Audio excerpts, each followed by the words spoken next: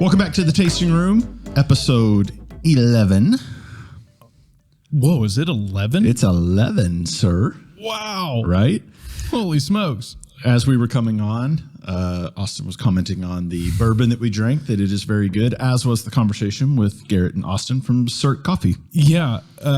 When you're listening to this is a cool conversation because it's a little bit different than what we've been having. If you're a small business owner, take out your notebook, and there's some nuggets in here. They dropped some bombs and really answered the questions really well and shifted the conversation in a really cool direction. They did. Let's just get right to it.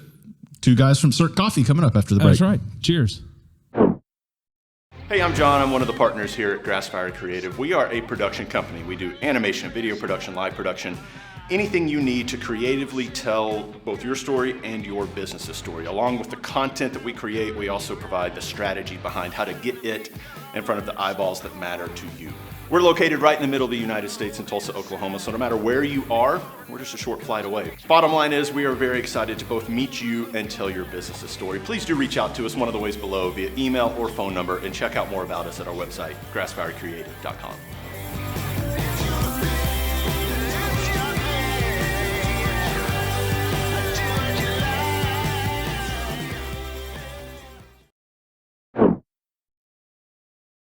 Well, welcome back to the Tasting Room. We have two wonderful guests here today that I'm really looking forward to introducing. This is physically the biggest podcast we've ever done. Oh, yeah, wow. with two guests. Because we now have four people in the room. We do. Which is a definite first. Yes. We have Austin Fogt? Fogt. Fogt. Yeah. How many times is that screwed up? All of them. All of the times. Every time. And I've heard it all. You can't hurt. It's fine. Well, and I've said it so many times within the last 2 weeks because I was like, I got the Cirque guys on the podcast, and I was really and Jordan, your brother. Yep. So we have Garrett Odell sitting next to us, and I was like, Jordan, how do we say Austin's last name? And he was like, I have no clue. I got nothing. So it's funny. It's like boat, but with an F. I had a buddy in college in the broadcast department, and his last name was Fuchs. Dang. So it's rough. That's really Fuchs is how you would say it. Right. Yeah. Fuchsia? But he got called Fox a lot. That makes sense. So for the television, he changed it to FOX. Oh, he was on TV. Oh, yeah. Yeah. Oh, wow. Amazing. Yeah. Whoa. Was that a legal change? I don't think so. I think it was just a cosmetic one, just on TV. Yeah. There's a university in Kansas that is literally called Friends University of Central Kansas. Oh, wow. Did they do that on purpose? Remember the old hats? I don't know how old you guys are, but it used to be popular. There were the white hats that had, it would say Cox on it, and it was a South Carolina Gamecocks hat, or it was whatever. Yeah.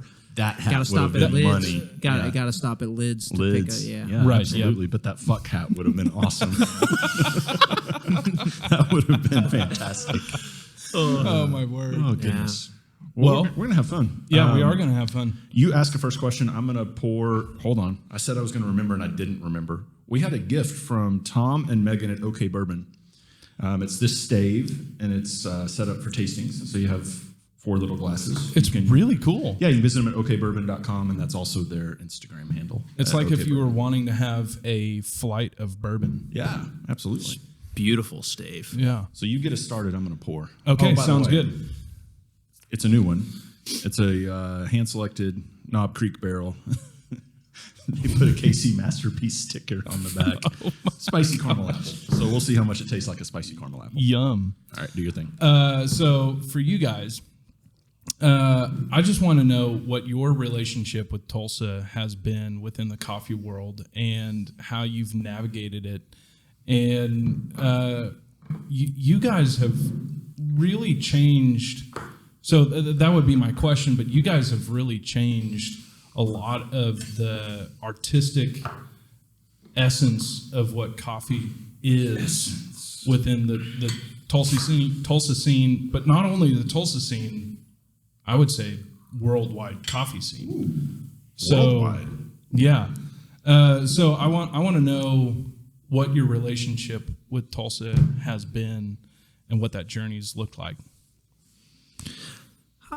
Yeah, I think, we. Cheers. Cheers. You can stop to drink. That's allowed on the tasting room. Yeah. Let's get weird. Beautiful. Smooth nose. Is it because I read that it was spicy caramel apple that I smell a lot of caramel on the nose? Probably. Yeah, I think I've tricked myself. I would venture. That's I a- would venture to say probably. Yeah. As far as Tulsa and our relationship to the city, so when we started and launched the original cafe in the Pearl District, I mean that part of town was. It was desolate. Desolate's a good word. It's a great way of saying it. It was different than it is now, that's for sure. And like this place, the building across the street that's now Livy Lou was abandoned, dilapidated old building with garage doors, and the address was spray painted on one of the garage doors. And Heck yeah. Exactly who you want as a neighbor. so, to see, and we were certainly not like on the very beginning of this, but to see the downtown area and the Pearl District grow the way it has as we've grown our business is something that we feel proud about and grateful for that we've been able to be a part of that, of the growth of the city. And I think hopefully in most people's minds we have become a staple local definitely business. have. Like if you talk about local business in Tulsa, I do think for a lot of people we're one of those mainstays at this point, at least in the downtown area. And so that's been cool and exciting, and hope to continue that for as long as we can hang around. I'll give you Yeah, credit well- too, because I mean, you said dilapidated. I feel like you guys are the reason that from Peoria to, I guess, nothing's left or somewhere. Like, I feel like because you guys did what you did there and brought foot traffic and car traffic and just customers, right, to that area, that the Bramble would go in at the corner, and then all the things around you would start to happen. So thank you for going to that part of town. Like, Yeah. it's- Well, we appreciate it. It absolutely wasn't the first choice. When we opened Cirque, I was 22 years old, and Which, by the way, you guys opening that coffee shop at the age that you were doing it, wow. we we made a lot of mistakes. We've learned Big a lot, but it was fun. But we tried to rent a spot out. I'll get it. In like proper downtown and different spots, and every time we would try to go lease a spot from an actual broker or something like that, it was kind of like a get fucked. Absolutely not. You're how old? Yeah, oh, yeah, exactly. you're 21 You've year done old. what so far? Huh? I'm sorry, a lease? What's that? What's that L word you're using? And so like we found this old crusty painter dude that basically was like, yeah, I'll lease you the spot over here. The building's in absolute shambles. You'll have to figure it out. I'm not going to put any money into it. But like, if you guys want to do it, you can do it. And we were like, okay, you're the only one that has said yes to us, so we'll give it a go. So sounds good. So you don't own that building, or do you now? No, we Okay. don't. We still lease that. So all that the spot. stuff that you have done inside of it was because basically you proved the concept. Yeah. Yeah. Yeah. Shout out to John, by the way. There's no way he'll see or listen to this, but shout out to Our landlord yeah. is he's a real one. That guy is the man. That's awesome. But yeah, so I think the story for us mostly was like we were passionate. I think this is the same for you in a lot of ways. Like Sure. we're passionate about our product, and like let's do that to the best of our abilities and see if people are into it. And we never imagined it would turn out kind of how it has. But yeah, as far as like a relationship to Tulsa goes, I think that it was mainly like, let's just do what we love and see if it's received well. And we've just been absolutely blown away by the response there. So, yeah. Well, and going off of where you landed with your shop. I mean, one of the reasons why, we said yes to the building where we're at with our brewery right now was strictly because of, maybe not strictly, because we had a very similar issue. We got we had a relationship with the city that was actually trying to court us, and then they were like, "Oh yeah, but you've got to spend $500,000 on sewage to get there," and we're like, "We've got 2 dimes to rub together." Yep. And and then we started looking for buildings, and you were right down the street and already turning the Pearl District into what it is today, and that got us excited to take a risk on this area. Wow. Yeah. That's cool. It's really easy to get nearsighted with that stuff and be like, well, we feel that way, but that's probably not the calculus that people are looking into when they're making decisions like that. But it's cool that that was definitely within our decision within the brewery. Like when we had the opportunity to take over the building that we were like, well, the Pearl District is growing because of Cirque. We know that the Kendall Whittier is growing because of certain things. Yeah. And so we green-lighted it mainly because, and you were only there for what, maybe 9 months before we signed our lease? I mean, I still remember walking down 6 with Garrett and John and come in being like, let's see if we can walk into that brewery they're making down there and see if we can talk to those guys and see what's going on down there. And like, and then the shenanigans happened. I think a couple weeks ago, or after that, Wild Brew was. It was wild. It was very wild. It got a little rowdy. Wow! I think that was the first time I ever tried one of your beers. And then I tried a lot of. Well, and that was beers. And that was definitely the first time that I tried your guys' coffee. Yeah. So we were both high on caffeine and really drunk. Yeah. Speaking of, I jumped the gun with the bourbon because you brought temperature-specific drinks. Well, so tell us what we brought, and let's divvy some of that. Yeah, so what we have here, this is just if you're a customer of ours, if you engage with our coffee and you don't make it at home, these are the 2 expressions of what we do that you're probably the most familiar with. We've got draft latte here, and then we've got Weirdo batch brew here. Weirdo was 2021 Good Food Awards finalist this year. That's awesome. Congratulations. That was exciting.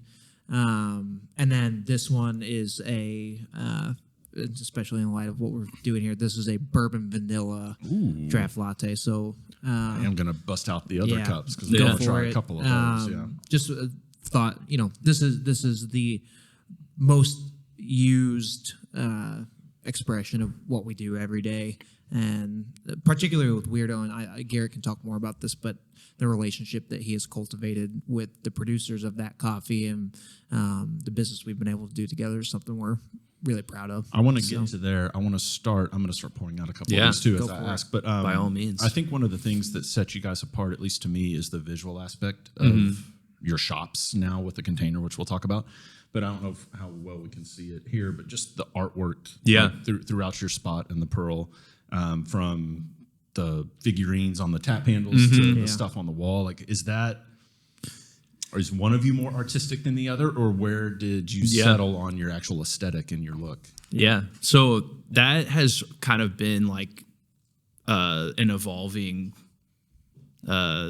situation for us as from where we started to now. Some of this stuff. Absolutely. But my partner that when we got acquired this in 2020, that isn't with our company anymore, John, he is kind of like the mastermind of a lot of our aesthetic. And then, that started with him and his expression of that. And then as time has gone on, when I would say have kind of more grown up as a company, we've like evolved that into a more, I would say, like focused, palatable version of that. And so it's a group effort, and we try to we like to think of it as like coffee and specialty coffee in general is really pretentious by nature.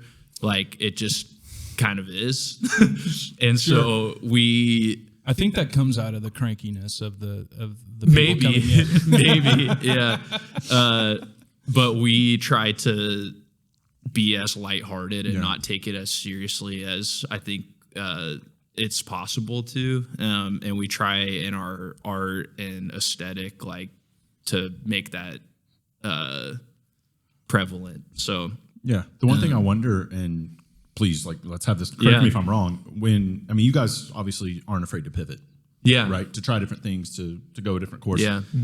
Do you, when you have such a unique visual brand, do you ever feel it all pigeonholed into that look? Because it's on your coffee bags. It's not. It's everywhere. So to decide one day I want to go like straight matte gray or something, like it would visually just be so starkly different than what it is now. Do you ever feel pigeonholed into the look? Not that that's a bad thing. It's a great look. I think because when we got acquired, as part of that process and moving into what we're doing with the container, we did some rebranding work. And so the idea is that the quirky, playful, colorful aesthetic, that part of it lives uniquely with each iteration of what we do in terms of location, or that's always that's always rotating or changing. We can engage with different artists that want to retain that heart and change what the specific style is. Like, you go to a different circuit, it looks different, while also maintaining a singular type of mark that holds the kind of singular brand integrity together, which the thought process was that's what the kind of circle. Yeah, so you have the through line always. Correct. And then you just Like, play that's, around it. That's right? Cirque, and then in any specific context, the playful art aesthetic can work itself out in a myriad of different ways depending on who we choose to work with in that particular context. And then we have a lot of resources still where there's lots of art that we have access to that we can use as we see fit. But that's the thought process. Is we've got now something resembling more refined, mature branding, but still kind of capturing and fusing that together with the art. And I think with having John a part of our team for how long we did, like, he cast the net so wide to where, like, we have all of these brand assets that we can pull from that people haven't even seen before. Have we seen all? Maybe we haven't seen all of them. I'm not sure. They're locked away somewhere. Yeah, but there's we're files and files. And, we're really thankful for that, and having the chance to work with him for how long we did. He's just, the way he thinks about design and art is really unique and hard to find. So every single time that I would see him working on a piece of art, I would always go like, so how close are you to losing your mind? Because he was doing $120,000. Yeah, just really creative guy. He's got a special mind, I would say, in that realm. Yeah. You asked who's more artistic between the two of us. I think the answer is no. We're not. I think we're both pretty creative, but in like an analytical, problem-solving type of way. Not a ton of art is coming out of these fingertips. Well, art as far as what we drink. We'll just leave that. Did you guys do the branding study in all of? Because for those that don't know, so this is like a brewer sitting across from you. Like, there are keywords being said here with assets and with all this stuff, and because of your wife, just that whole world. So I'm curious. Did you hire someone to do the branding research, or did you guys figure it out yourself? Like the market research. I think like we had a lot of inklings that we felt were true, and then we did hire a group after our acquisition that kind of helped us focus on what we wanted, and that involved a lot of like interviews with us and our customers and stuff like that to point us kind of in a direction of, okay, I think this is a place where we're not totally pivoting and abandoning what has been really good and positive for our company. but pointing it in a direction that people can Hold on, before you do that, finish your sentence. can Yeah. identify us in the market. I want to taste one after the other. So explain to me how where did the bourbon come in to this? So that was like when we first opened, kind of doing like a lot of the research and development of what we wanted on the menu when we first started. We realized pretty quickly, like, oh my God, every syrup is just sugar and water with things added to it. So like, let's add anything. We'll try anything. So like, one thing we tried that has been on the menu since the first day we opened is this, where we took bourbon, reduced it down, and cooked all the alcohol out of it, and just basically made a vanilla syrup dessert. That's beautiful. And so that's how we make that. It's really nutty. It is very nutty. It's Yeah. a lot more nutty than I was expecting it to be. Yeah. Yeah. I think that's from the coffee, like from the Try espresso. the BV. Oh, You went back to the original. Yeah, that's what I was telling you. Don't pour there's that one yet. multiple. Yeah, so this is the bourbon vanilla. Runs deep. There's- So while you're doing that, you mentioned. I'll just ask my second one, and then you can belly up to your Sure, second one. we did that last time. Yeah, I know we did. There's a couple places I want to go, but I want to start at the container. I love that idea. I just love container ideas in general, reusing things that are just there, right? yeah. How did you come up with that idea? How did you decide where to put it? Yeah. How the aesthetic of the inside, like that was a whole process. I love the app. I love all of it. Just walk me through the whole creative process on that. So that primarily was born out of COVID, and I wasn't even a part of the company at the time where this whole idea started coming together, but I understand the story. So COVID happens, closed down for a bit, and then reopened the downtown cafe as curbside only concept, and shortened the hours, and started seeing being able to sell gallons of draft latte, and seeing strong business in curbside only. And Garrett, the wheels started to turn of, okay, the cafe's closed, we have less staff, and we're still seeing really strong comparable sales to what we were doing prior to That's amazing. closing That you were saying down. comparable sales. And Yeah. what I understand, more profitability. Yeah. Less people, like that So kind the of overheads, Yeah. the cost and expense in that regard. Yeah. And so he started to think about, okay, well, how do we take those principles and start applying them in a different way, in a more well thought out and optimized way? And we just started, because we remained good friends through the process of me leaving the company and coming back, just started kicking that back and forth and talking, tweaking ideas, and that just kind of kept progressing and then in that, I mentioned that to the gentleman who ended up becoming now our primary investor, and he was very, very intrigued about the concept of doing a shipping container, shrinking down, like we've got a small footprint, smaller staff, and then working in the concept of like having technology and an app that's handling a good deal of the customer service burden. So had you seen the container elsewhere? That idea? Concepts like that, I mean, I think more like I had seen shipping container modifications where like someone might have a bar. I think like Left Hand Brewing has like a shipping And even container Box Yard, bar, just Box down Yard, there, stuff like that. And so like it wasn't this like revolutionary idea. It was like Right. I've seen that, and like that footprint one is really small, but then also like you can do it in a way where you drive by it and you're like, what the fuck is that? That is so cool. And so like the idea started with that, and then our new partner is in like construction and real estate development and stuff like that, and so he has a team of architects, and so we brought the idea and made our first rendering, and we're like, that is it.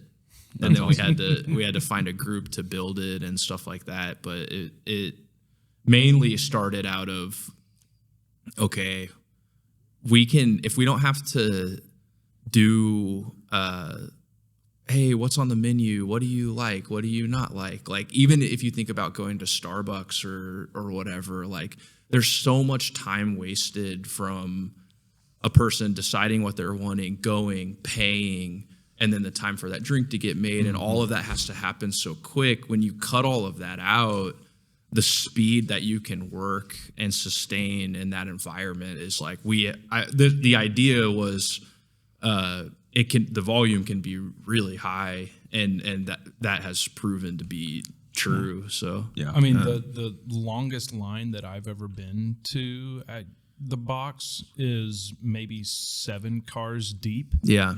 And when that happens, I'm like, oh, I have to drive all the way around the parking lot, get in line, tell them that I'm there, and then 30 seconds later, I have my cup of coffee. Yeah, it's not that long. Yeah, of a waiting process. and like It's we've awesome. gotten really fortunate to have like an awesome staff out the jump that has like adapted to our concept really well. But yeah, like it's really blown us away, just like how natural. It's a really aggressive business model in general, like making people download an app and place their order, and like first time users, like they go onto the lot and they might not have the app, and so now they have to download it there. Have people said no? Oh yeah, They're like, no, I just want to order. Oh, like yeah. right now. Oh, To you. yeah. Like, I don't want to download an app. 100%. Yeah. 100%. Is the customer always right in that regard? Well, like, do you let that them was do that? I Yes. think Okay. But also no, at the same time they can be right. Yeah. But that might just mean, in some instances, like if you're truly unwilling and not interested in the way that we've structured this, like we're not the right coffee There's shop other for coffee you, shops. Right. probably. And you know, I don't think that's a hill we're wanting to die on. The thought process there was, look, we don't know if this approach will work. Starbucks cannot find that out. Starbucks cannot pull the plug and go app primarily Right. or only. They've got responsibility to shareholders, and they've got hundreds of thousands, millions of customers who are used to getting their coffee in a certain way. Like, they can't do that. We're trying this, and we can do the experiment of finding out if we do this, will it work? If we say you have to do it this way, will it work? And I think ultimately, like, we understood if it does work, we have a shot at something really investable.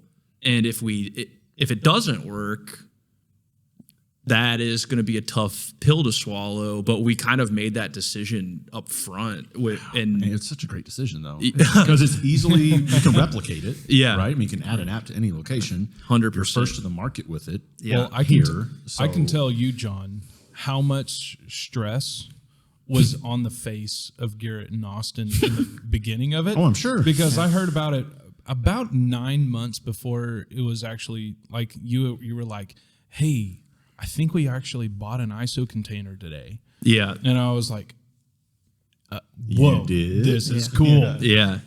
But also at the same time, like, the fear was in their eyes because it was going to be app based. It was going to be something, which leads me into my second question of, it's more of like a conversation question, because, you know, I want the listeners to know how much of a cool thing it's been. You've said being, Yes, please. you have an acquisition.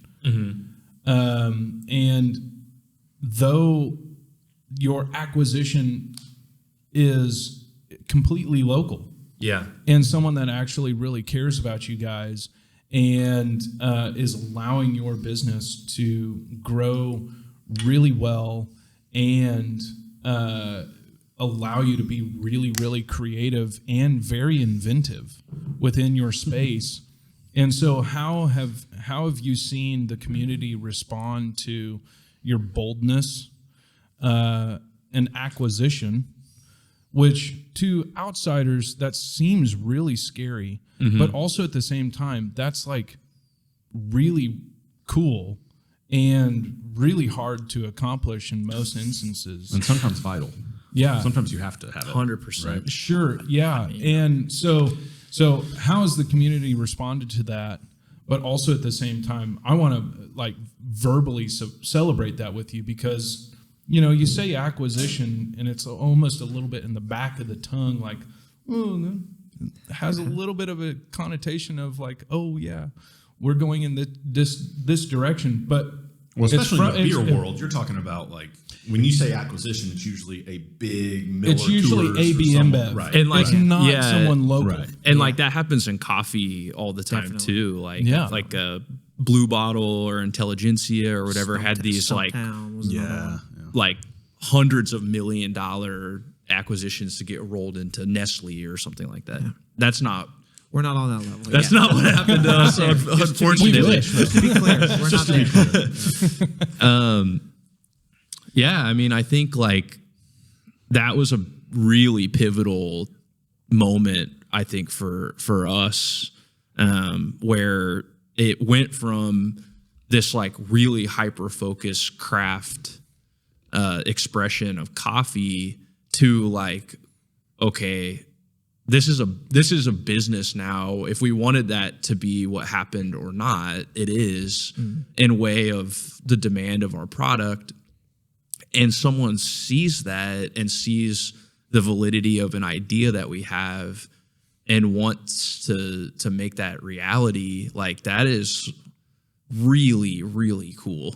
Yeah, it really is. And I think when you make products like this, you can get so focused on like, oh, we just got a bad review, or like this customer had a bad experience, like does our product suck, or Like, whatever. Are we even doing this right? Like, do people even are we replicating this bad experience and not even realizing it?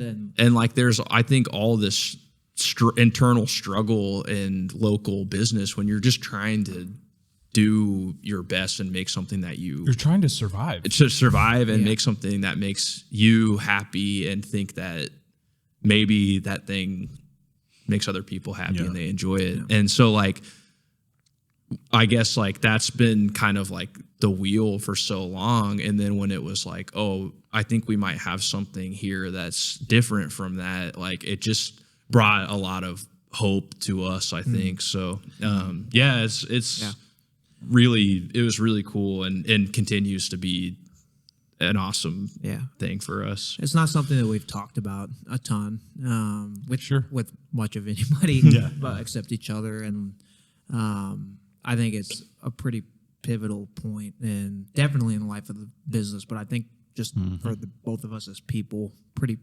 pivotal moment, and we've gotten to experience a level of business and learn some lessons that we certainly wouldn't have otherwise. So it's been really cool. And so I don't know that the community, it's hard to gauge like what the community's response to that is, just because again, like we haven't talked about it a ton. And so, I'm not sure that. Maybe that part of the question was a little bit askew, like the community responding to the box. And that part has been super strong, and we're super grateful for that. So I'm curious on a personal level, because we just went through the whole funding investor thing as well, and it's at the same time a relief because you have runway, right? Like you're not going to shutter up tomorrow if that was a concern. Yeah. But then there's just this added level of stress and pressure because not only are you having to perform for yourselves, now there's another person or multiple people or a group or whatever it is. If you're watching or listening, could be anyone that invested or a group of people. But it's just, I don't yet know how to deal with those emotions. I don't know which one I feel the most and which one. It's like a different day. if you're asking us to parse that out for you, Basically, be my therapist real quick. You are But do barking you up the wrong experience the tree. same? Am I speaking to you and what you experienced? And like it at times can feel like that changes By the minute? By the minute, By the end of this and like, conversation, it'll have changed 3 times. yeah. Right. I think like our primary investor, I think we hit the jackpot in a lot of ways. Like he is an unbelievable person and mentor. And so he communicates, I don't want you to feel that pressure. And I'm like, Which is okay, awesome, great. but I still feel it. Yeah. Okay, cool. I'll try to do that. Oh, you're being nice to me, and that makes me feel it even more. You're being so awesome. I don't want to fuck up your world. Yeah. I've got to get this right. But remember, I put $2 million into that company. I don't know how much money it was, but whatever it is. But yeah, that is a constant thing in the atmosphere, I would say, for us. I think it's healthy, honestly. Like it Sure. Or maybe it's incredibly unhealthy, but for the It's healthy sake for the business. for Correct. the sake of the business, like For it our is mental health, maybe not. Yeah. But for the business, yeah. If you're in this world and you don't have that, you're either not going to make it or you're lying. 100%. And so, yeah, you can choose to let it paralyze you, or you can, and this is, I think, what you're saying of it's healthy for the business in terms of, well, we're going to make the choice that's going to fuel us. Yeah, it's a catalyst getting for shit done. Right, and exactly. we're not going to fail because of this doesn't stop, and we're going to use that. We actually had Yeah. that conversation in our meeting room Yeah. yesterday. Mm-hmm. And it was, one of the partners, not to pull the curtain back too much, but, we're less than 2 years old. So there's processes and there's things that we haven't exactly figured out, ironed out yet as a business. And it was voiced as a concern of like, are we ready to take to take this? And then one of the other partners said, well, we have to use this as a catalyst to get that done and to figure that out. So view it as a good thing. And that's what we ended up agreeing to and going with. But you're right. I mean, it can either paralyze you and you're fucked, Yeah. or it can, spur you on and push you forward. Yeah. And that's what it's done for you guys. So Yeah. that's awesome. I think So far, yeah. I heard a beer can. Oh yeah, I'm gonna open up, and so the reason why I pass brought over. this beer, and I've brought this beer to the podcast before. I think maybe the first one. I think we so. Had. Yeah, the Kolsch. But this has a special place in my heart, especially with Cirque, because this would be the first beer that I introduced you guys to. I also think we get a case every other week or something. Yeah, It's, and I a apologize. I need to bring another one. no, it's no apology needed. No apology needed. Yeah, so I remember brewing. Here, cheers. cheers. Cheers, boys. Because our journeys, especially for me with you guys, started with this beer, and friendship started with this beer. Love it. So this is mushy feel Sentimental. good. It's sentimental. It's still good. It's tasting appreciate good as that. ever. As Yeah. always. But I remember driving my truck down and being all excited. I don't know if it was in growlers. Well, it would have had to have been in growlers back then because we didn't have a canning line at that point in time. Yeah. And going, guys, tell me, really, is this okay? Yeah. Is Am I this, gonna is this go a out of good business beer? or is this good? Yeah. Will you drink more than one? Yeah. I think we did. And I think we all did. I think we all did. That sounds right. I didn't loop you into the investor and that stress conversation. Do you have anything to add to that? Like, So do you, I can add some I to was that. just turned And- this way. No, and you're not good. Bringing you in. So I'm on the complete opposite end of that because Lisa and I and my mom are the owners of Cabin Voice. And then the only other business that I am associated with would be Strength of Mind, which is a mental health office in Tulsa and Claremore.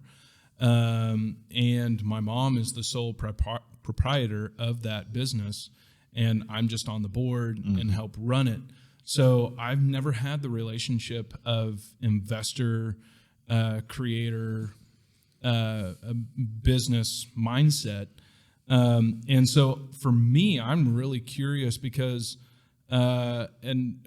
maybe this can be like a half of a question sidebar.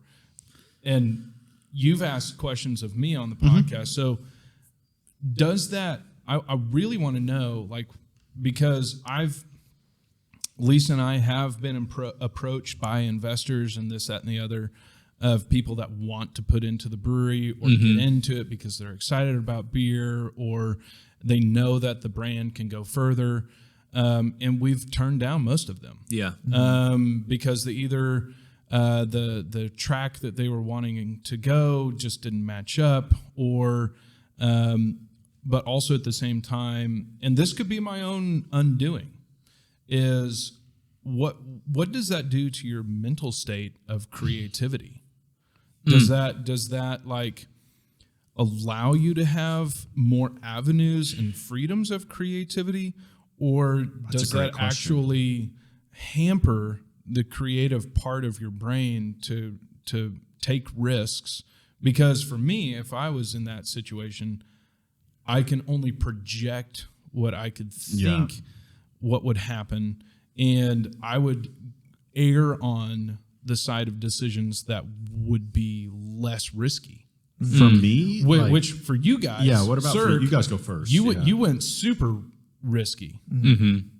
So I think that totally depends on who the person is and what the scale is. Like if you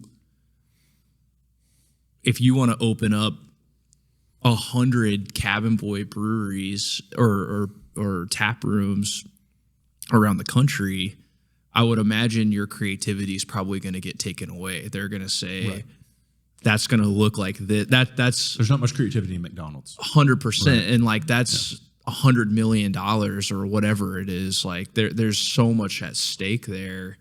But I mean, like that wasn't. It's interesting. Like, yes, the risk was really intense for us, but it didn't ever feel that way. Like the option to have creativity and to do what I think our investor thought we did best was always like a pivotal piece of the deal. Like, I think if it was we want it to look like this, and this, I don't think we would have done it. Yep. Like there's an element of like why we are where we are and why you're at where you're at because of you and the person behind the company.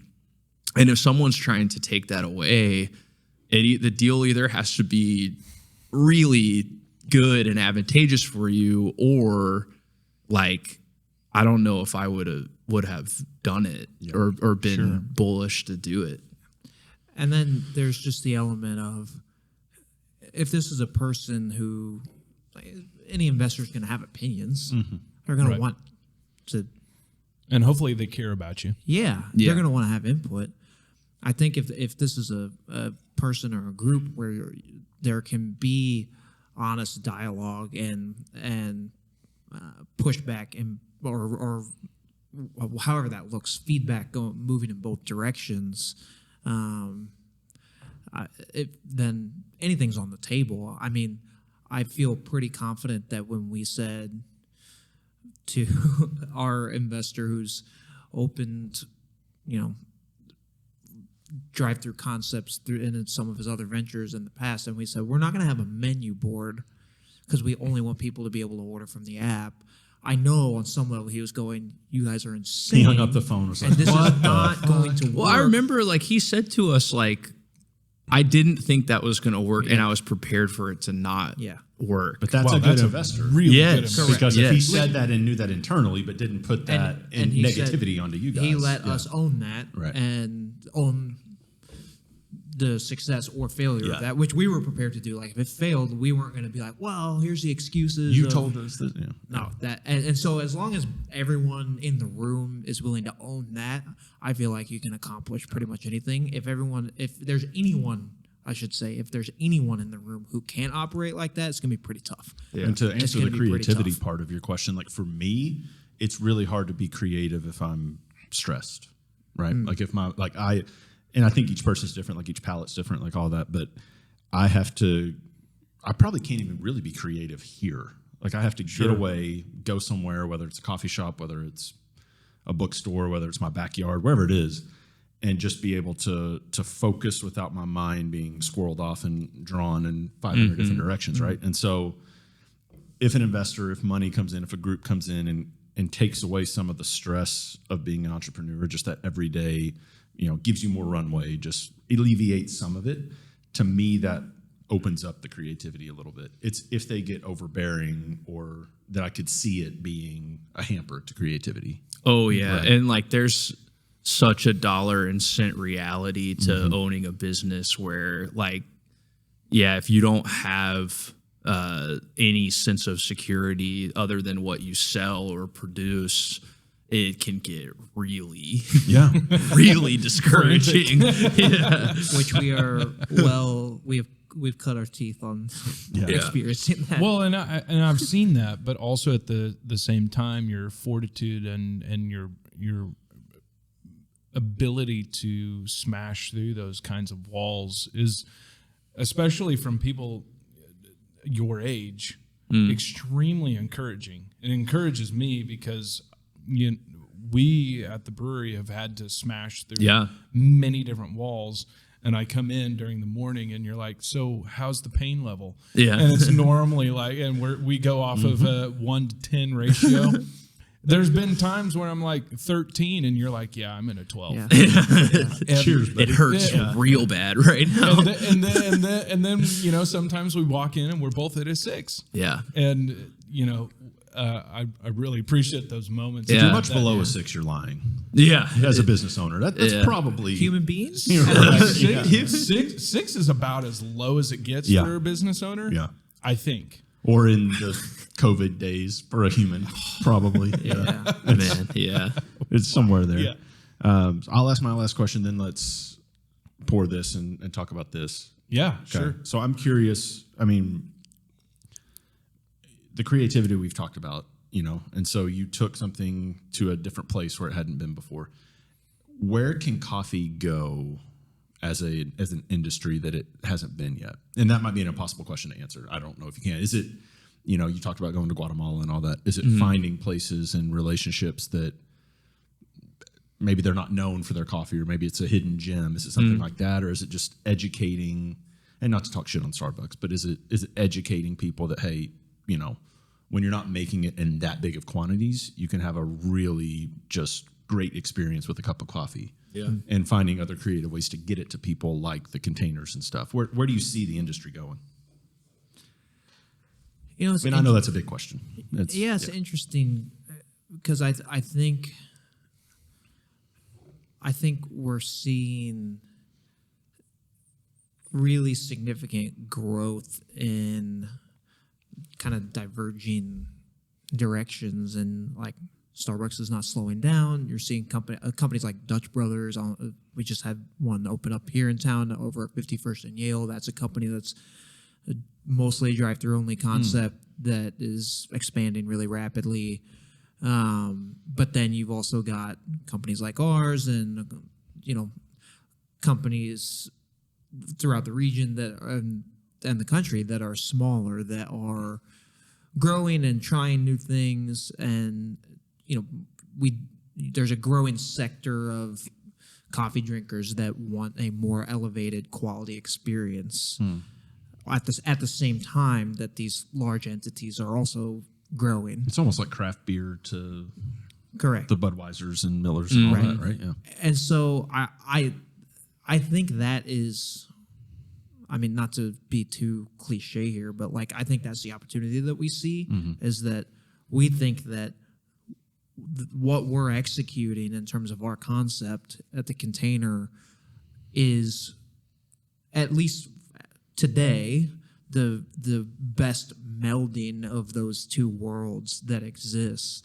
And so that's what we want to see the industry be moving forward.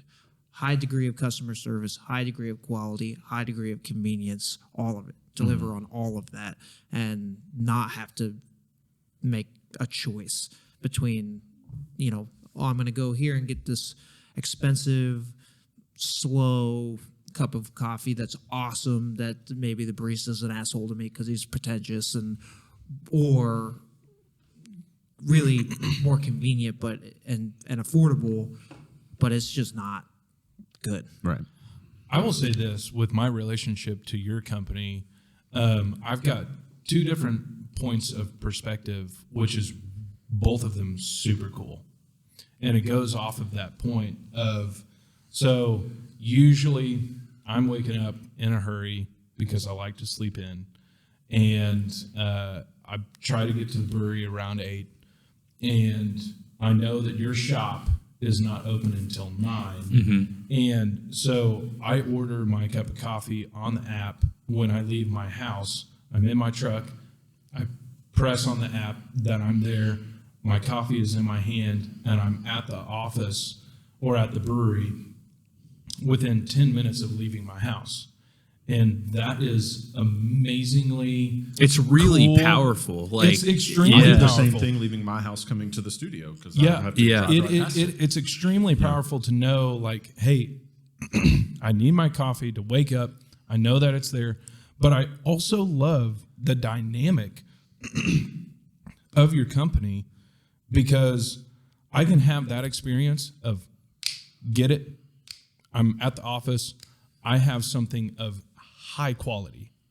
Because every single time that I have a cup of coffee at your place, I think there's only ever been 3 times that I've ever talked to Isaac or someone at your shop that like, hey, I think it missed the mark this time. And he was like, oh yeah, definitely. We've had an issue with the grinder today and blah, blah, blah. He was like, thanks for letting me know, but we're already on it.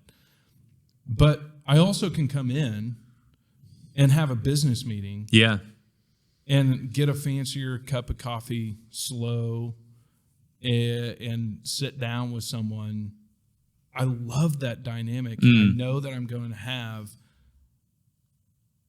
the same quality, either extremely fast or be very relaxed. Yeah. It's really, really cool. Yeah, and that's like a big question we have bouncing around right now is like, you know, we'll be moving into different markets as one do time. you do? Yeah, what do we do, or do we want to do both, or whatever? Because that dynamic is legit. Like it people like that, and obviously, like we built a business around that. But yeah, I mean, it's really interesting from like where we started and where we're at right now with this new concept and venture that like it is a very distinct difference. And I think that's something we work on every day is like, how does it feel like the same company? And like, how do we strike that? I would say for me, as a consumer, the through line for you guys is your consistency of product. It's quality and consistency of product. Yep. Because when I get the weirdo batch brew at the box, it tastes exactly the same that it does at your shop, and I have zero doubt in my mind that it's going to taste the same and wake me up. That's just cool as because good. there's so much nerdy shit that goes into Oh, that 100%. being Yeah. like. I'm going. I mean, it doesn't taste exactly the same. But it does go, okay. You're actually wrong. Austin. It doesn't. Yeah. Well, so on the same level, I know that this can of Kolsch doesn't taste exactly as the same as last month's can of Kolsch. Different bad. Yeah. Same thing. It's I funny drink though, it day in, day out. the quality and the consistency conversation is why I was really excited to see you guys try to do the cocktail program. Yeah. Was the decision, is that still, I haven't, No. okay, I didn't think so. Rest in Rest in peace. peace. Yeah. Was that decision just Pour one because out. you wanted to focus on the coffee? It primarily was like we wanted to get into that because we were remodeling our shop and that was really expensive, and like we built out a roasting facility to be able to support like, I mean, like we decided we wanted to roast, and Austin handled a lot of our wholesale at the very beginning, and I'm sure this was the same for you guys, or maybe not, but like you know, we're talking to these small cafes that are like, hey, you want to serve our coffee? And it goes from 10 pounds of coffee or 1 case of beer to 500 pounds of coffee and 500 cases of beer to 1,000 or whatever. And then you have all of these constraints and obstacles that you got to overcome to be able to support that. And so you had to build a giant ass walk-in fridge. We had to build a wall in our fucking shop. And so like when we did that, I think our thought process was, okay, if we're doing that and we're going to spend the money, how can we add revenue to that spend and kind of the lowest cost option? So we were like, maybe we should put it in a kitchen or a bakery or whatever. And kind of like the lowest cost option that we all really like. We like alcohol a lot, still do. Cheers. We were like, maybe we'll try our hand at a bar. And that mostly went really good. And then I think like for us, COVID hit and it was like, Sledgehammer to the head. 100%. And then it was like time to Multiple sledgehammers to the head. Yeah, it was time to re-up our liquor license. And we were just like, Which isn't cheap. it's not cheap. And it was like, okay, well, we're launching the container, like the acquisition happened. Let's just punt on that and move forward in this direction. Business idea. Now that we can sell canned cocktails, your next Container container can be canned App-only to go. cocktails. Boom. You're welcome. Love You're it. welcome. TM. TM. Right. TM. Yeah. Alcohol can be sent through the mail in Oklahoma now. Oh, that's good to know. I'm about to send some beer off to Wisconsin. I was going to try to hide it. I'm shipping barbecue sauce. If they stop me, I'm going to say Austin McElroy told me so. Like, go knock on his door. Cowboy He's boys. the one you want. Yeah. This is 2 cases of hot sauce. I'm sorry. I might be jumping the gun on this because I know. I think it's one of those things that's been passed but not enacted or something weird like that. Maybe. Like the sports gambling thing, which I do. Sure. I think you should. Illegally in Oklahoma, I think you guess. should just go ahead and ship alcohol and not ask any questions. That's what I do. You put a package of Tic Tacs in there, so if they shake it, it sounds like Tic Tacs. Yeah, yeah. You send it off. Clearly no liquid in here. It's rattling. Exactly. Right. Liquid it can't works. rattle. Before you ask your last question, what did you bring in the growler, sir? So, which also, by the way, you have to take this with you because you've now left 2 growlers here, and I don't know what to do with them. You could fill them up with water. Fair. Maybe. I took one home, and there's one still over there on the counter. Yeah. Sorry about that. No, it's okay. I'm saying I'll two's take- enough. Two's enough. Two's Yeah. enough. All right. Well, okay. So this is cool. I'm bringing our winter Bach, which we just released today, Love it. which like an hour ago. Thank And you. so winter Bach, or the name of it's winter Bach. It's just a Bach beer, which is in German speak a dark lager, which unbeknownst to a lot of people is basically an Oktoberfest Oh, with coloring. love it. And so it's a way that we could, Repurpose the. yeah, I love it. yeah. There you go. Amazing. So if you're listening to the podcast, you're going to be the few that actually know the secret to this beer. We had a distribution mishap. We had 10 barrels of Oktoberfest still in kegs. We slipped that into a bright tank, put a 100% organic malt syrup, coloring syrup. So it's 100% malt content. It's nothing else. And it colored it to this content. It's beautiful. And It is a very it's awesome beautiful because color. it made it a little bit more caramely, just a hint of roastiness. But it's exactly what a Bock beer is. A Bock beer is going to be very malt forward, no roast content. Like if you have any kind of ash flavoring in a Bock beer, it's going to be discounted as a Schwartz beer. So a Bock beer has to be completely smooth, malt forward. I do like no Schwartz beer hop- too, though. Yep. It's a good beer. But if it has that ashy chalkiness to it, it's a Schwartz beer. The Bock beer has to be completely smooth. No, it can't necessarily even have chocolate. It has to be like caramely sweet and have this color content. If it's chocolate, does it become porter? No, because this is a lager. Okay. Yeah, Bock beers are lagers. So it was a fun mishap that we had those kegs over from Oktoberfest and had to force it into a new beer. And, that was just my creative moment of like, well, let's just turn it into a Bock beer because I want to keep drinking this beer and sell it. The Oktoberfest does really slap. So this is does. like the darker brother of the Oktoberfest. Love it. Huzzah. So cheers, everyone. cheers. Another cheers. Another The cheers. most cheers on the podcast ever. I like it. Love it.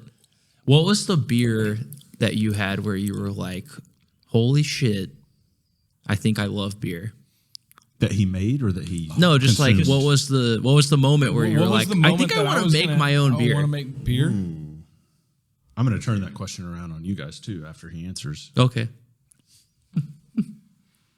Oh man, no one has actually asked that question of me. Was it a goose? I'm a great podcast host. You are. Yeah, thank you. It was a really Thank you. good question. To be fair. Okay, so I don't think it's one answer, but I think it's just the love of the experience of drinking beer, not getting drunk or anything like that, but like having the memories around beer. So if I could go back to one specific beer that like really has a thread within my history of beginning to drink beer would be Lion's Head, which is out of Pennsylvania. Interesting. And it was cheap. It was 6%.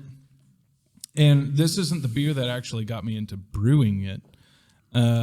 But Lisa forced me into a hobby back in the day, and I knew that I loved to drink beer. So, and that beer being in mind, Guinness being in mind. Yeah. I honestly, at that point in time, had only ever had Prairie, Coop, and Marshall craft beer.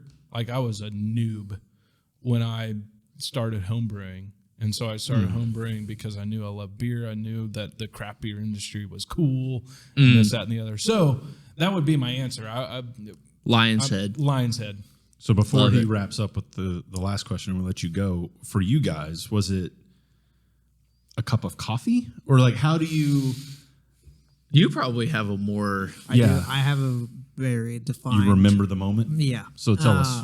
So like I started drinking coffee because my now wife worked in a coffee shop and I hated coffee, but I went there because That's she cute. was there. It's so That's precious. right. It Is it really not? is precious. It's Really? really now precious. now you Yeah. run a successful coffee shop. or something like that. Yeah.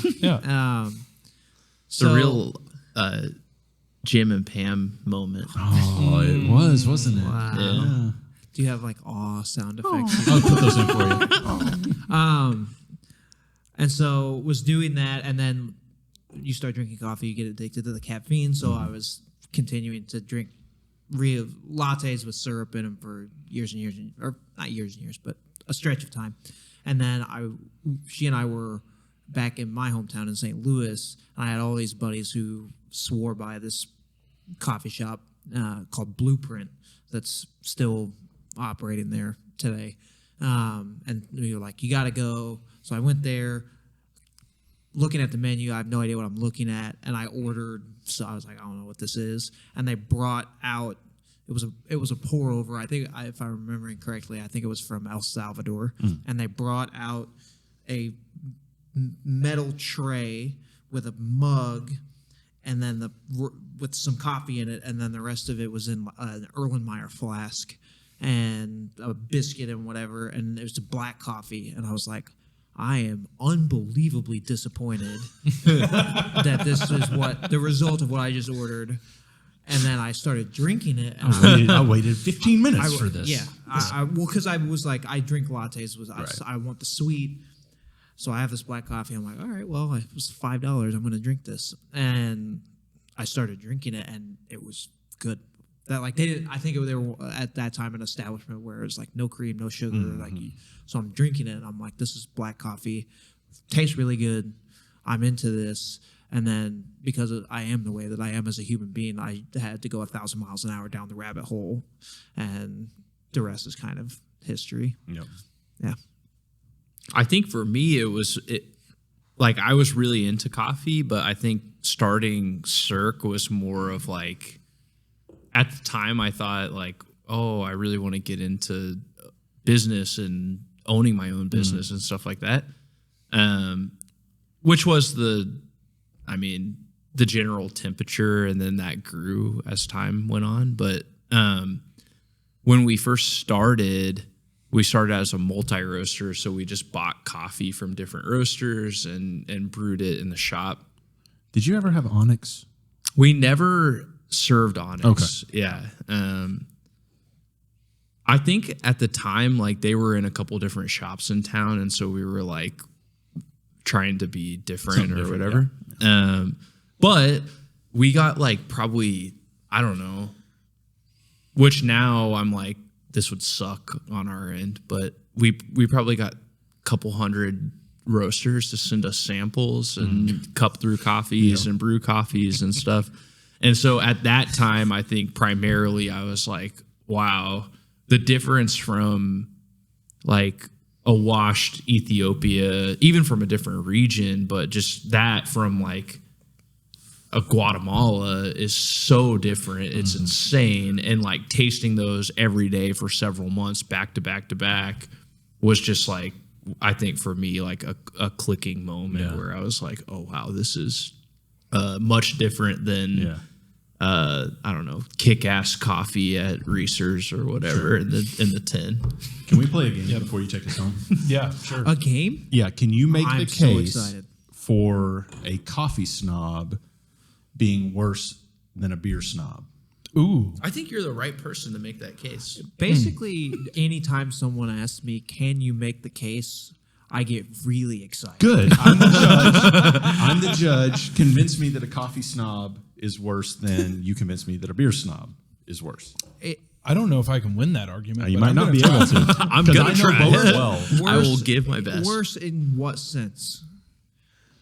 If I can be really difficult. No, that's okay. So if we're Make talking me think about it. a heated customer talking about beer, No, I'm thinking more the pretentious type person that comes in and wants to put their nose into the pour over and wants to tell you what you're doing wrong or whatever, or tell you that your grain bill is too high on this or like whatever, right? Yes. Like tries to tell you your job. From like a customer standpoint. Yes, from a customer standpoint. Okay. Which one's worse? Do you want to open or do you want me to no, go for it. Court is now in session. I mean, I would just start with the point that many people are tolerable when they are sober, when they're not intoxicated. Few people are tolerable pre-coffee. I think you just won the argument. That's literally all you had to say. Mic drop. You don't even have to respond. You can't beat that. Though I would say that the person, once they have alcohol within their system, becomes a lot more emotional. Well, that's just. I think mean, that I can't argue that. No. Yeah. I mean, it is plain and clear that when they get a little bit more alcohol, they get a little bit more we're back emotional. on. We're back on. Okay, all right. Okay, so let's even draw. Let's tighten the screws on this argument. Okay, The coffee snob is worse at the beginning of the interaction, they're cranky. and the beer snob is worse at the end of the interaction. I would actually Oh, agree that- with that. Yeah. That's a nice. So we're tight. zipping it Compromise. up, Yeah. zipping the bag up, and Yeah, we can. Maybe I draw should have at left that. it alone because you guys had agreed that I won. It's okay. What's the worst example of a? I don't want to call out your customers, so don't use a name. Don't use but like, do you have one at the top of your head? A specific like request. Or that just was, do you have something? Yeah, at I top? do. Okay. I had Bring a it. person ask me to steam. Wait. No, we can't. come on. No, you know the real worst one. Come on. Say it. We can't do Come that on, one. you have to do that, dude. You don't have to say Now you names. have to. Come on. You don't have to say names. I'm not making this up. This is a real story that happened. Garrett almost fell out of his chair.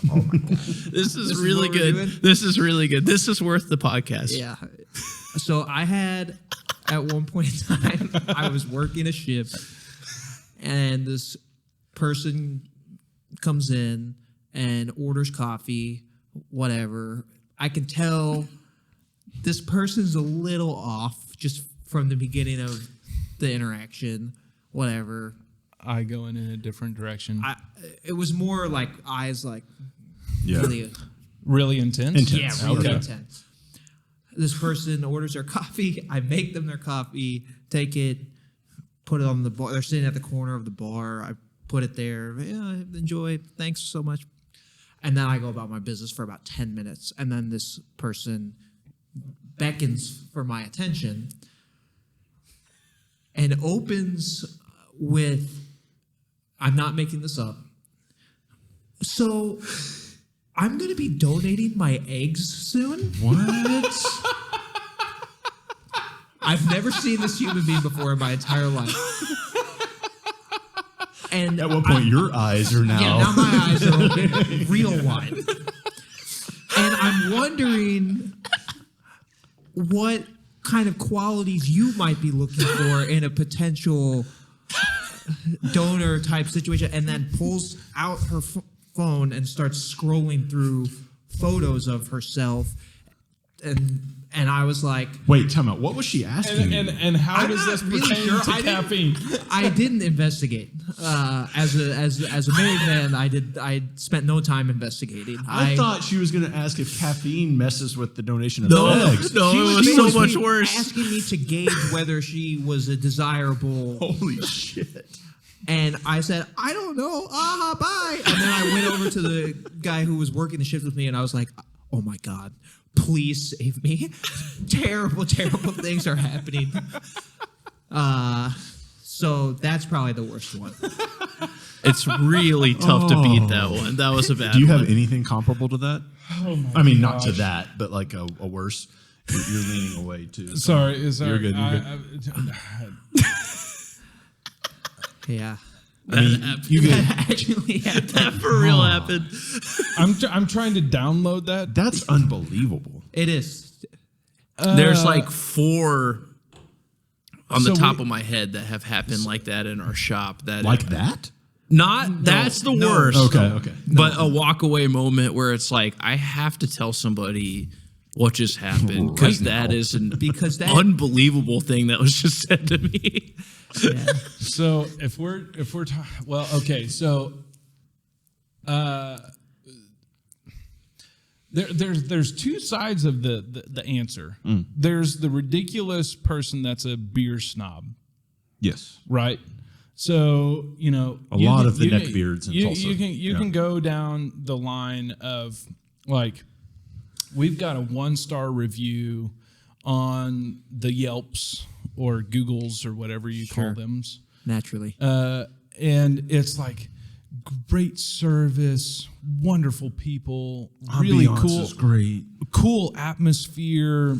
I think that they're doing a really great job being a brewery. But why would you ever have a Kolsch as a craft brewery on your menu? 1 star. Yeah. And you're just kind of puzzled and you're like, Let's be I friends. don't person. know what to do with that because Kolsch is really great and it's great. awesome. But also at the same side, on that kind of a story, we've got Red Shirt Guy. Oh, I'm so excited to hear about yes, Red me Shirt too. Guy. Red Shirt Guy is a known person Yeah. within our brewery that comes. He's a regular. He showed himself for the first time within a year. I think it was because of COVID. Maybe he's very conscientious of this, but Red Shirt Guy comes in. He's always very sweaty, got really greasy hair, but And That's such a horrible thing to be known as. I'm sorry. He's just really sweaty. It used to be that he wore a red shirt. This time, a year later, he was wearing a collared white shirt, Oh no. which threw us off. He's but we were like, advanced in "Hey, society. it's red shirt collar. guy." Just so everyone's clear, this is red shirt guy. Yep. Yes. Different colored shirt. I know his shirt is white, but It is red but shirt guy. It is red shirt guy. He is always strung out on cocaine, and it is prevalent. Like, You don't have to be like, I Driven- wonder if like- that guy's on Does he cocaine. look like Chappelle from that he skit comes from up. He Chappelle's show? comes up to the bar, and he's like, he's like, "Can I have a beer?" Yes, Kolsch, please. And then he's like, "So, what are you doing to?" Yep. Understand. So how does and you're like, Who are I you don't want to talking be rude, so here's your Kolsch. It's on me, man. just So for the love I know of that God, that's a try pretty to hold so- it together, Right. man. You're in and we public. just kind of buddy. stand back and watch him with wide eyes, and we're like, well, he's paying with cash. We're only going to serve him one, and then hopefully only one. So I know that wasn't as good as your story, but it has a through line within our No, I company. mean, There's you had one a more I egg have. matchmaker over here. There's a guy that comes in the first year we're open, and he's like, "Can I get a cortado?" Solid drink. Great drink. Love the drink. And he's like, "Okay, yeah, sure, I can make you a cortado." And he's like, "Okay, you use half and half, right?" And I was like, "No, we actually use whole milk, but the whole milk we use is like a local one, and it's really high fat content, Give him whatever." the whole spiel. The whole spiel. And then he's like, "Oh no, I can't have that. I'm lactose intolerant."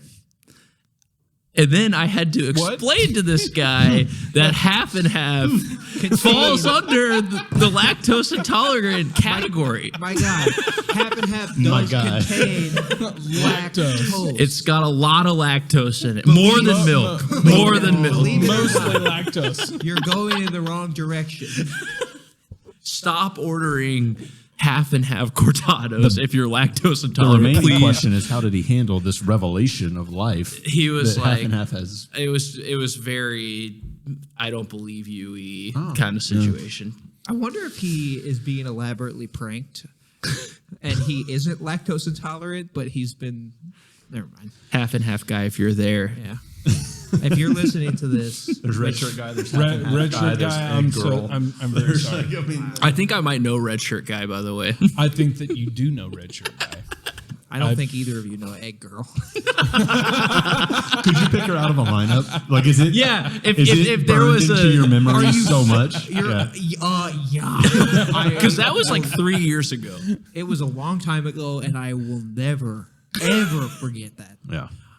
I If wouldn't you- either. I wouldn't It either. was then- I way wouldn't down the list of potential things that I thought might come out of her mouth. It was way down there. Wrap this And up. then- Take us home. All right. So, well, we do have Gail too at the brewery. Oh, there's Gail. That's a great And Karen we name. and we have Gail. we have a song, and it's dun dun dun dun dun dun dun.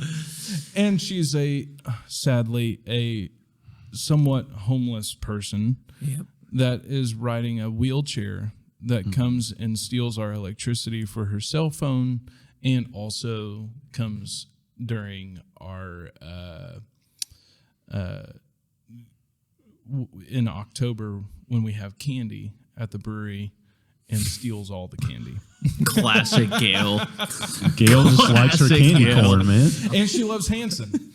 Oh, She loves Hanson? Yeah, which is really She sounds like a good hang. yeah. Anyway, For your Let's have business. her on the for your podcast. business. Let's get Yeah. Gail in here. I don't know if we could string a conversation with her, but Maybe anyways. not. Maybe not. Oh my goodness! So I'm curious where you go from here. I don't know. but land the I plane. honestly, Bring us I don't home. know- I don't know where I go from here. We could just end it on those stories. I mean, unless you have No. a landing the plane question. Sure.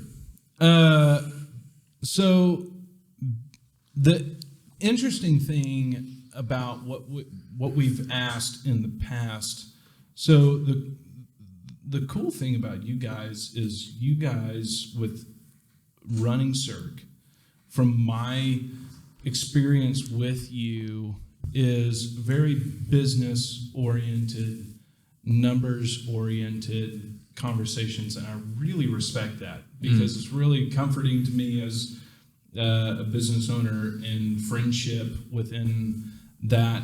Thank you. I got you. Within that realm, and I want to know, and this kind of goes back to a previous part of this conversation of, and it's hard for me, how do you balance the numbers of the business and the creativity of the business? Because you've got people within your organization that come to you and myself like, hey, I would love to make this beer. We have an open tank. Can we do it? And then you're looking, Yeah. nope. No, we can't. No, we can't. Yeah. So what is that relationship for you, and how, like, that for me has a strain on how we're going to influence the community within Tulsa. And so it's this kind of weird question of like, where does business restraint and craft? Yeah. How is that balanced within your business? Yeah. It's interesting. I think like there, even in how people tend to talk about that, is almost pitting them against each other in some ways, and like I kind of feel like it's a false dichotomy where the creativity gives us the opportunity, and what we do from a product standpoint and all of that gains us eyeballs and people that are interested in interacting with us and want to buy our coffee or whatever the case may be, and that feeds the business, and you need both. And so I think for us it's mainly about keeping. It's a lot easier for people to see the creative, product-driven part of a human who's operating a business as a human, and to see the numbers-driven like part of it as like cold. And when in reality,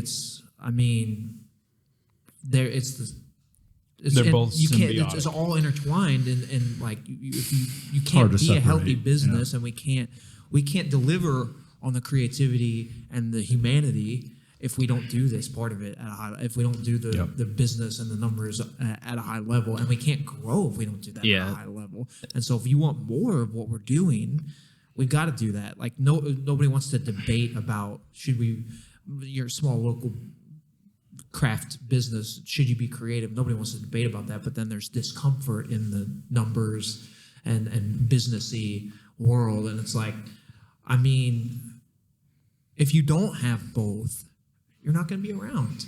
So if you want us to be around and we want to provide jobs and product and all of that, like they have to live together. So I think for us, that's a great answer. Driven us more into who are people within our organization that understand what we're trying to do, that we can pass off some of the quality pieces to. Obviously, we want to oversee that and make sure that we're putting out a product that we're proud of, but like, who can do that so we can push the business forward?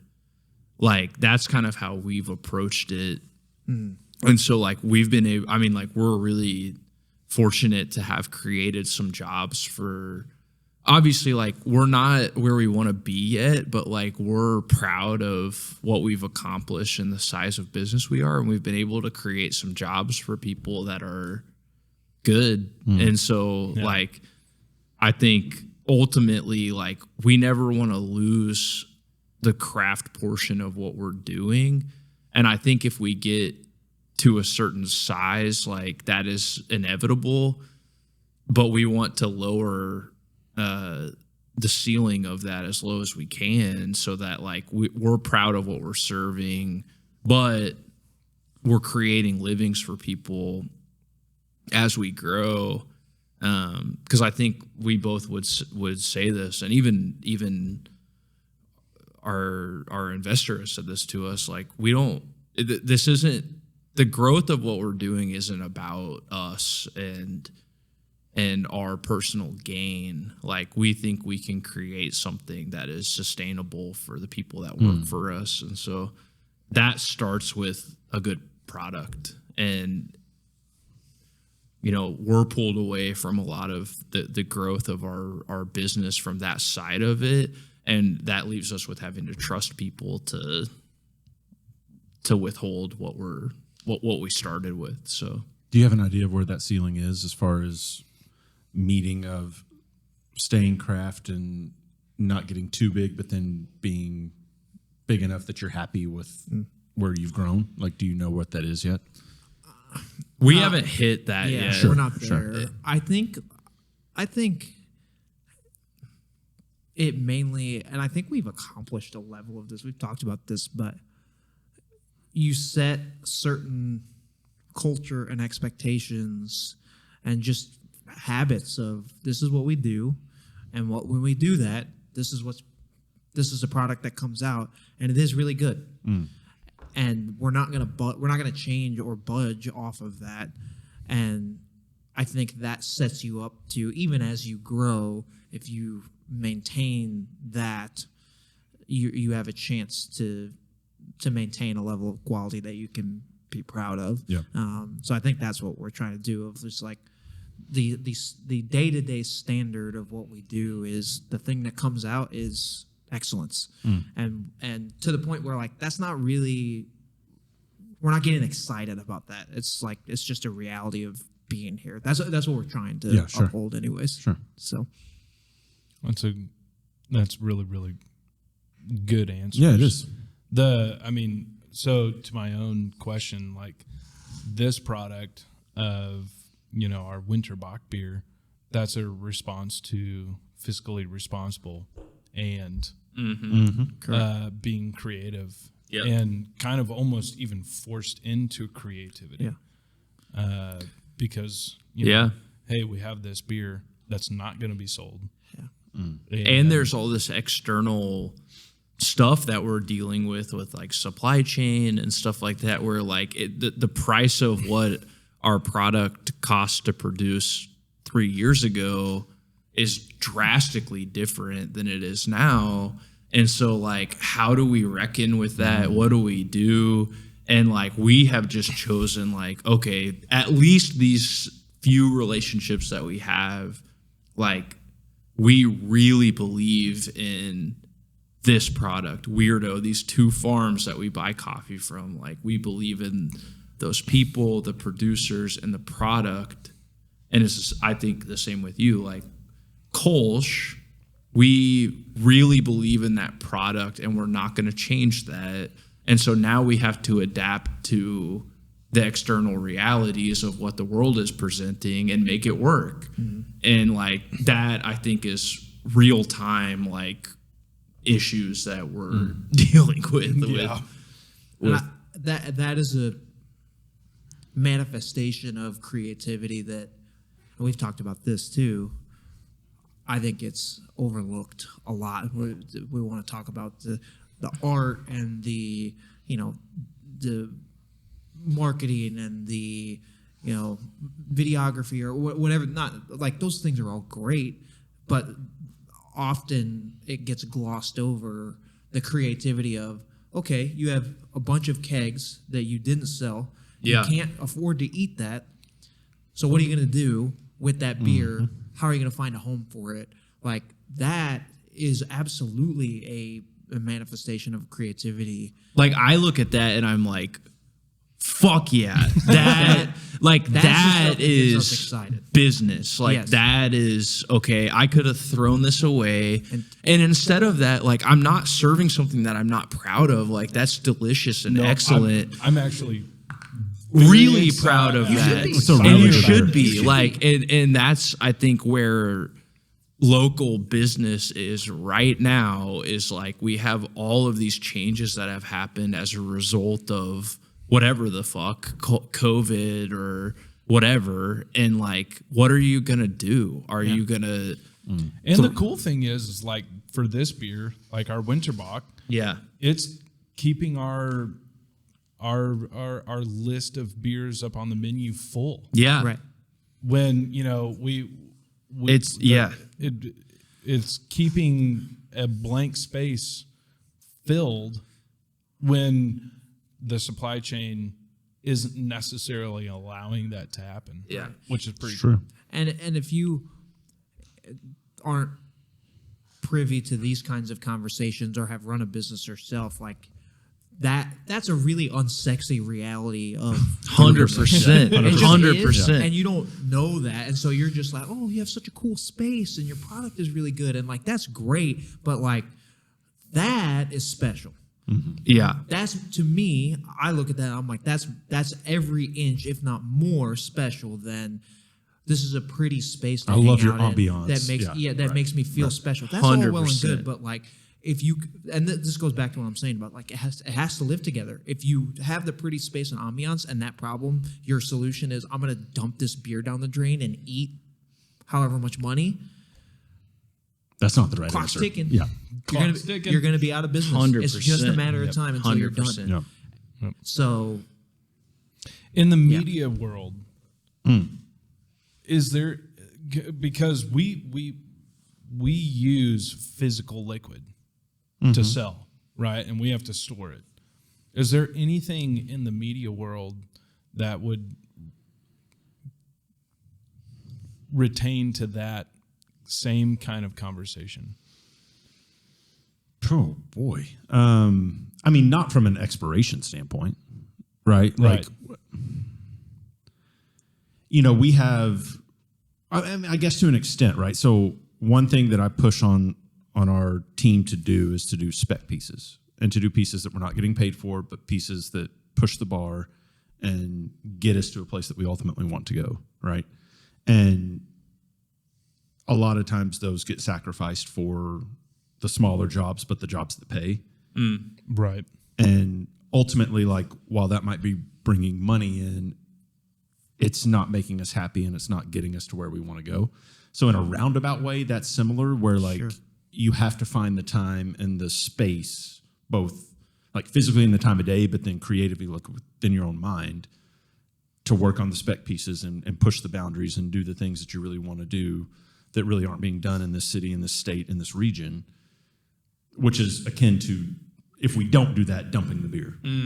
Right. Right.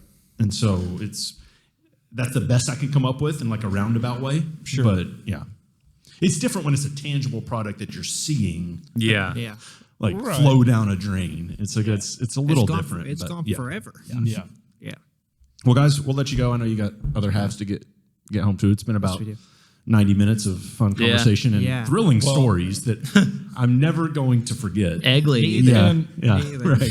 It's so fun to just sit down and reminisce of where we've been through. And, Yeah. what we've been through. Yeah. And anyways. Yeah. Thanks Appreciate for coming it. on. Well, when, Yeah. you, when, Really you, when you appreciate open that cocktail container to go, we'll Yeah. have you We'll back let on. you know. Yeah. Yeah. All right. We'll be right back after the break, guys. Thank you. Thank you. That is Garrett and Austin from Cirque Coffee, and one of the funniest stories.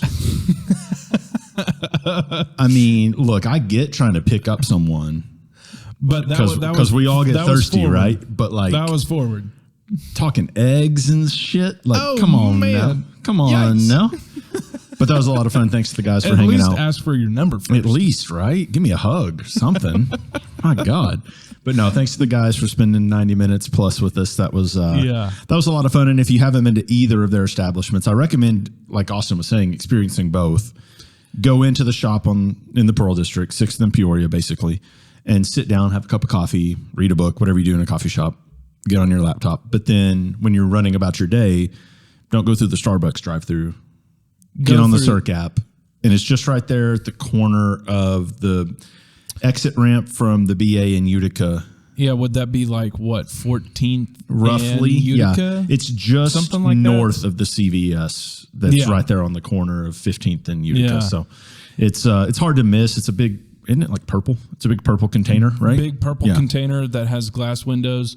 It's cool though because they have accomplished something that not a lot of other companies have with creating a consistency of high excellency and quality of their product. They did do that. That was an excellent and high quality podcast, I will say. That's right. Yeah. And we'll be back in a week or two with episode 12. It's going to be 20 before you know it. We're going to be back out at the cabin. So I know. That's right. get ready for that. Very soon. Good job, buddy. See you guys Cheers. next time.